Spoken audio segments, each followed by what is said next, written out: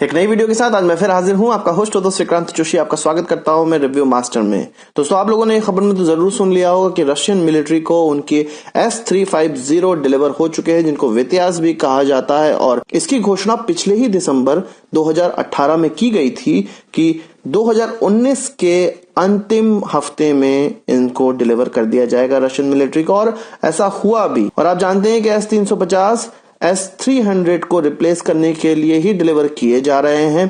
तो ऐसा क्यों करना पड़ा, क्या कमियां थी S-300 में और उनको S-350 से किस प्रकार दूर किया जा रहा है, हम इस वीडियो में इन्हीं सब चीजों पर चर्चा करेंगे। तो चलिए जान लेते हैं। आप जानते हैं कि रशियन मिलिट्री का S-300 जो कि short range missile defence system होता है वो काफी वाइटल है और इंटरनेशनल लेवल पे इसको काफी इस्तेमाल किया जाता है।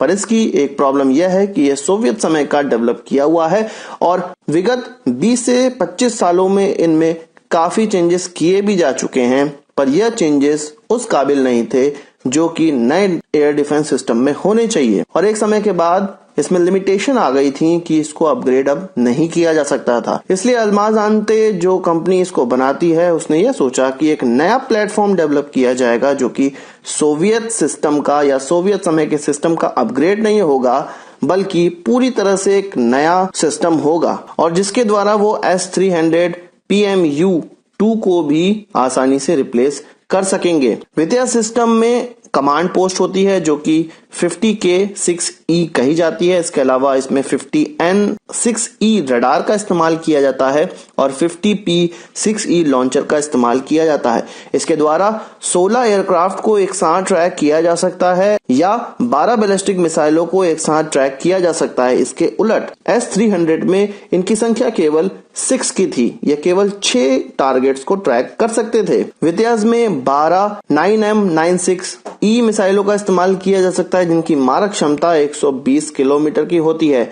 यही मिसाइलें S-400 में भी इस्तेमाल की जा सकती हैं, पर S-300 के किसी भी वेरिएंट में इस प्रकार के मिसाइलों का इस्तेमाल नहीं किया जा सकता था। मीडियम दूरी की मारक क्षमता रखने के साथ साथ वित्यास मिसाइल सिस्टम छोटी दूरी तक भी मारक क्षमता रखती है। इसमें छोटी दूरी तक मारक क्षमता करने वाली एक मिसाइल जिसका नाम 9M100 है उसको भी इस्तेमाल किया जा सकता है, जिसकी मारक क्षमता केवल 10 किलोमीटर की होती है। तो S-350 कुछ छोटी और मीडियम दूरी तक मारक क्षमता रखने वाला ऐसा एयर डिफेंस सिस्टम है जो कि रशिया को आज तक नहीं मिला है, या रशिया के पास जितने भी डिफेंस सिस्टम है उनमें इस प्रकार की फ्लेक्सिबिलिटी नहीं है। असल में S-350 का आइडिया अल्माज आंते को उस प्रोजेक्ट से आया जो कि कोरिया के साथ जॉइंट वेंचर के तहत वो लोग कर रहे हैं, जिसके तहत KM-SAM surface to air missile develop की गई और इसी के प्रिंसिपल डिजाइन और प्रोटोटाइप का इस्तेमाल करके S-350 को डेवलप किया गया।